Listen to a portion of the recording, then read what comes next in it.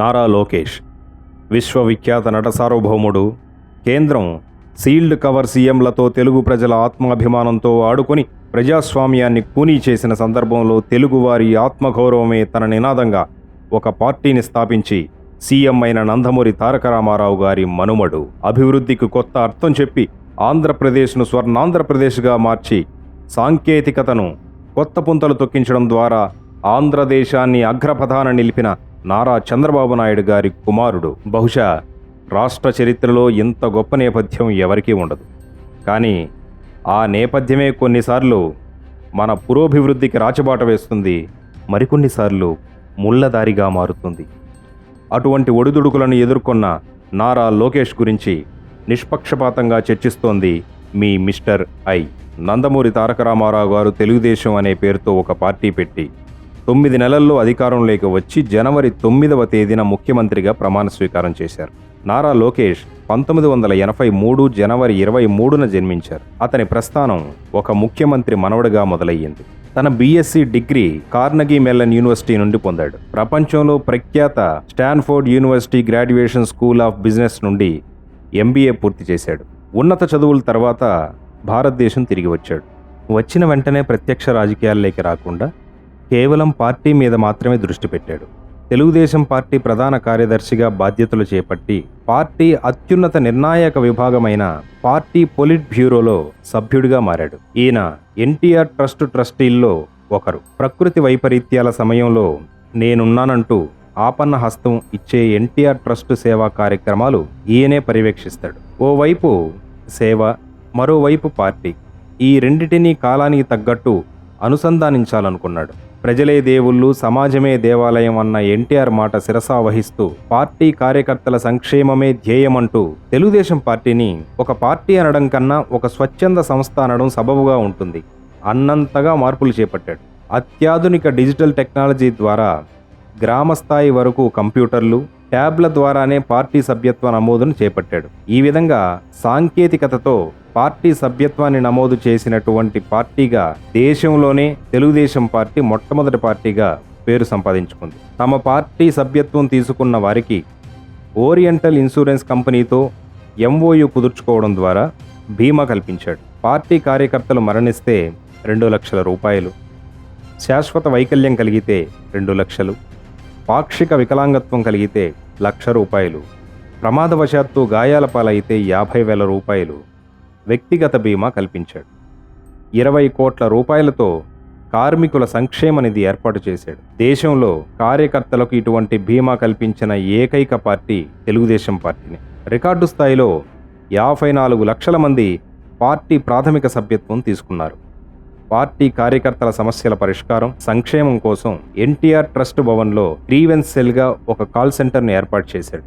ప్రస్తుతం అవినీతిని అంతం చేయడానికి ప్రత్యక్ష నగదు బదిలీ ఒక్కటే మార్గం అని చెప్పిన వ్యక్తి నారా లోకేష్. ఆ పార్టీకి చెందిన 2009 ఎన్నికల మేనిఫెస్టోలో ఇది ఒక హామీ. 2014లో జరిగిన ఎన్నికల్లో టీడీపీ కూటమి 117 స్థానాల్లో విజయం సాధించి ప్రభుత్వాన్ని ఏర్పాటు చేసింది. నారా లోకేష్ పార్టీని సమర్థవంతంగా నడిపించిన తీరు అందరినీ ఆకట్టుకుంది. 70 ఏళ్ల వయసుకు దగ్గర పడుతున్న చంద్రబాబు గారి తరువాత తెలుగుదేశం పార్టీని నారా లోకేష్ ఇంతే సమర్థవంతంగా నిర్వహిస్తాడని అంచనాలు మొదలయ్యాయి. భవిష్యత్తులో పార్టీని సమర్థవంతంగా ముందుకు తీసుకెళ్లగలిగే ఒక ఫుల్ టైం నాయకుడు కోసం పార్టీలోని యువరక్తం ఎదురు చూస్తోంది. సహజంగానే అందరి దృష్టి నారా లోకేష్ మీద పడింది. వాస్తవానికి ఆ సమయానికి పార్టీ పగ్గాల నుండి ప్రత్యక్ష రాజకీయాల్లోకి రావడం లోకేష్కైతే ఇష్టం లేదు. కానీ తప్పనిసరి పరిస్థితుల్లో పార్టీలోని సీనియర్లు మరియు యువనేతల మాటను కాదనలేకపోయారు. 2014లో తిరుపతి ఎమ్మెల్యే వెంకటరమణ మృతితో ఖాళీ అయిన స్థానం నుండి పోటీ చేయమని ఒత్తిడి పెరిగింది. పార్టీకి తిరుపతి ఓ కంచుకోట. దీనికి తోడు అధికార పార్టీ తరపున అభ్యర్థి. కానీ ఎవరైనా పదవిలో ఉండగా మరణిస్తే ఆ కుటుంబంలోని వారికి అవకాశం ఇవ్వాలనే పార్టీ సాంప్రదాయానికి వ్యతిరేకంగా వెళ్ళలేనని పోటీకి విముఖత చూపించాడు నారా లోకేష్. 2017లో పార్టీ మొత్తం ఏకాభిప్రాయంతో ఎమ్మెల్సీగా అవకాశం కల్పించింది. 2017లోనే పంచాయతీరాజ్, గ్రామీణాభివృద్ధి, ఐటీ, కమ్యూనికేషన్ శాఖల మంత్రిగా ప్రమాణ స్వీకారం చేశాడు Nara Lokesh.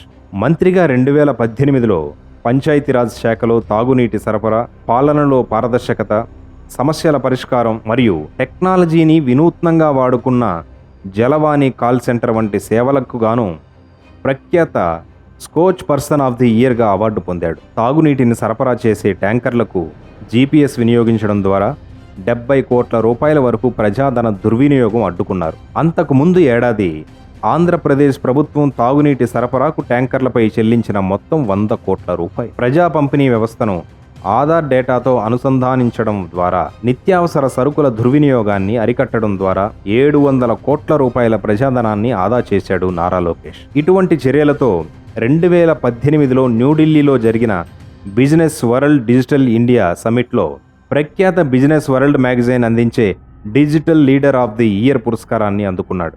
World economy forum వారి ఎంటర్ప్రైజ్ న్యూస్ సమిట్ మరియు ప్రపంచ ఛాంపియన్ల వార్షిక సమావేశంలో భారతదేశానికి ప్రాతినిధ్యం వహించమని ఆహ్వానం పొందాడు. ఈ సమావేశంలో సీడ్ ఫండింగ్ మరియు ఇంక్యుబేషన్ సౌకర్యాలు కల్పిస్తామని ఆంధ్రప్రదేశ్ తరపున హామీ ఇచ్చి పెట్టుబడుల గమ్యస్థానం ఏపీ అంటూ తెలియజేశారు. విశాఖపట్నంలోని ఫిన్టెక్ వ్యాలీకి టెక్నాలజీ స్టార్టప్ల ఆకర్షణ కోసం అమెరికాలోని న్యూయార్క్లో ఆంధ్రప్రదేశ్ ప్రభుత్వం తరపున ప్రాతినిధ్యం వహించారు. అభివృద్ధి చెందుతున్న సాంకేతికతలు మరియు వ్యాపార నమూనాల పరంగా చురుకైన పాలనపై చర్చించే ఇంటర్ డిసిప్లినరీ నాలెడ్జ్ గ్రూప్ అయిన వరల్డ్ ఎకానమిక్ ఫోరం యొక్క నెట్వర్క్ ఆఫ్ గ్లోబల్ ఫ్యూచరింగ్ కౌన్సిలింగ్కి నామినేట్ చేయబడిన ఏకైక భారతీయ రాజకీయ నాయకుడు ఇతనే. 2017 నుంచి 2019 వరకు తన శాఖను తనకు అప్పగించిన బాధ్యతలను విజయవంతంగా నిర్వహించాడు. 2019 ఎన్నికలకు సమయం దగ్గర పడింది. మొదటిసారి ప్రత్యక్ష ఎన్నికల్లో పోటీ చేస్తున్నందున సురక్షిత సీటు కోసం చంద్రబాబు నాయుడు కుప్పం వెళ్ళమన్నాడు. పార్టీ కూడా చాలా స్థానాలనే సూచించింది. కానీ 1985లో చివరిసారిగా టీడీపీ గెలిచిన మంగళగిరిని ఎన్నిక చేసుకోవడం పార్టీ నేతలకి ఆశ్చర్యం కలిగించింది. కానీ లోకేష్ నమ్మకం వేరే. తమకు పట్టులేని నియోజకవర్గమైన మంగళగిరి మీద ప్రత్యేక శ్రద్ధ పెట్టి అనేక ఐటీ కంపెనీలను తెప్పించాడు. ఎయిమ్స్ లాంటి ప్రత్యేక ఆసుపత్రి రాష్ట్రానికి వస్తే దానికి మంగళగిరి సరైన స్థలం అంటూ సూచించారు. అమరావతి రాజధానిగా ప్రకటించిన వెంటనే మంగళగిరి నుండి విజయవాడ వరకు అన్ని రంగాల్లోనూ అభివృద్ధి కొత్త పుంతలు తొక్కింది. యువతకు ఉపాధి అవకాశాలు పెరిగాయి. ఆంధ్ర ప్రాంతం నుండి తమిళనాడులో ప్రఖ్యాత యూనివర్సిటీలలో పై చదువులు చదివే విద్యార్థులకు శాశ్వత పరిష్కారం చూపిస్తూ తమిళనాడులోని ప్రముఖ యూనివర్సిటీలను ఒప్పించి ఇక్కడికి తెప్పించారు. ఇలా తాను చేసిన అభివృద్ధే తనను గెలిపిస్తుందని మంగళగిరే తన గమ్యం అంటూ తేల్చి చెప్పాడు. 2019 ఎన్నికలు ముగిశాయి. ప్రజలు మార్పు కోరుకున్నారు. ఏకపక్ష విజయాన్ని వైసీపీకి కట్టబెట్టారు. కానీ అంతటి వేవ్లో కూడా నారా లోకేష్ 5,337 ఓట్ల స్వల్ప తేడాతో ఓడిపోయాడు. కానీ అతడికి దక్కిన 103,127 ఓట్లు అతని సమర్థవంతమైన పాలనకు నిదర్శనం. అధికారంలోకి వచ్చిన వైసీపీ పార్టీ టీడీపీకి చెందిన నాయకుల కార్యకర్తలను అనేక రకాలుగా ఇబ్బంది పెట్టింది. అధికార పార్టీకి కొమ్ము కాసే అధికారుల అండదండలతో అధికార పార్టీ నాయకుల కక్ష సాధింపులు తారాస్థాయికి చేరుకున్నాయి. టీడీపీ కార్యకర్తల్లో ఆవేదన, ఆక్రోశాలు పెల్లుబికాయి.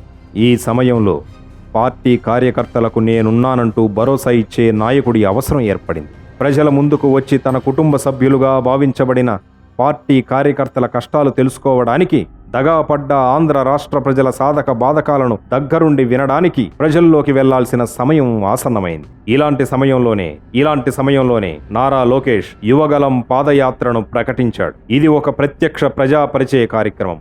యువతను రాష్ట్ర రాజకీయ ప్రక్రియలో చురుగ్గా పాల్గొనేలా చేయడం కోసం జనవరి 27, 2003న కుప్పం నుండి పాదయాత్ర మొదలుపెట్టాడు నారా లోకేష్. మొదట 10 కిలోమీటర్లైనా నడవగలడా అంటూ కించపరిచారు అందరూ. అతనికి లభిస్తున్న ప్రజా స్పందన చూసి యాత్రను ఎలాగైనా ఆపాలని జీవో నెంబర్ 1 అమలు చేస్తూ రాష్ట్రంలో బహిరంగ సభలపై నిషేధం విధించారు. కానీ ఈ జీవో కేవలం ప్రతిపక్షాలను టార్గెట్ చేస్తూ పనిచేయడం ప్రజలను సైతం ఆలోచింపజేసింది. యాత్ర జరిగిన ప్రదేశాల్లో విద్యుత్ సరఫరా నిలిపివేత, DJ van seize, mic seize, కుర్జీ సీజు లాంటి అప్రజాస్వామిక నిర్ణయాలు ప్రజలు గమనించారు. యాత్ర ఉల్లంఘనల విజువల్స్ కోసం డ్రోన్స్, ప్రభుత్వ యంత్రాంగాన్ని కూడా వాడుకున్నారు.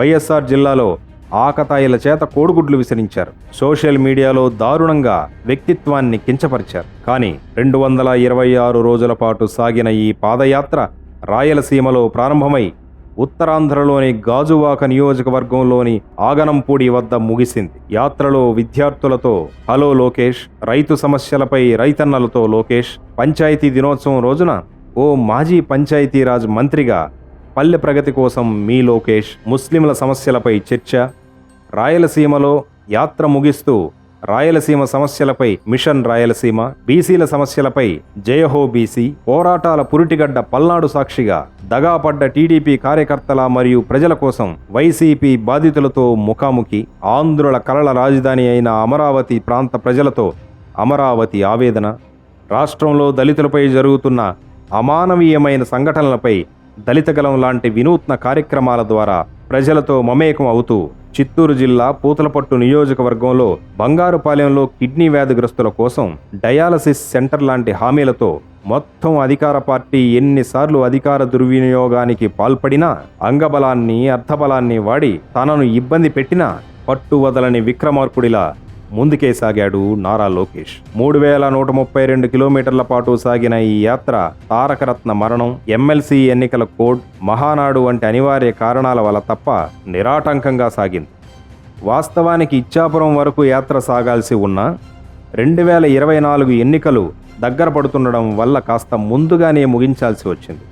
యాత్ర సమయంలోనే జరిగిన ఎమ్మెల్సీ పట్టభద్రుల ఎన్నికల్లో పార్టీకి అఖండ విజయం చేకూరడంలో యువత పాత్ర మరువలేనిది. ఆ యువతని సంఘటితపరిచిన నారా లోకేష్ ప్రయత్నం ఫలించిందనడానికి ఈ ఫలితమే నిదర్శనం. అధికార పార్టీ తన అధికార మదంతో విర్రవీగితే ఓటు రూపంలో బుద్ధి చెబుతామని ఎమ్మెల్సీ ఎన్నికల ద్వారా ప్రజలు ఆల్రెడీ తేల్చేశారు. యువగలం నిరంకుశ పాలనపై ఓ యుద్ధం, ఇందులో ప్రజలే సైనికులు అంటూ యువగలాన్ని ముందుండి నడిపిన సేనాధిపతి నారా లోకేష్. జీవితం అనేది ఒక యుద్ధం, దాన్ని గెలవడానికి ధైర్యాన్ని మించిన ఆయుధం లేదు అన్న భగత్ సింగ్ మాటలను గుర్తు చేసుకుంటూ ఎన్ని సమస్యలు ఎదురైనా ధైర్యమే ఆయుధంగా సాగిన లోకేష్ ఈసారి మంగళగిరితో పాటు ఆంధ్రప్రదేశ్లో ఆధరాభిమానాలు తప్పకుండా చూరగొంటాడని ఆశిస్తూ మీ mister I. Please like, share and subscribe mister I. Thank you.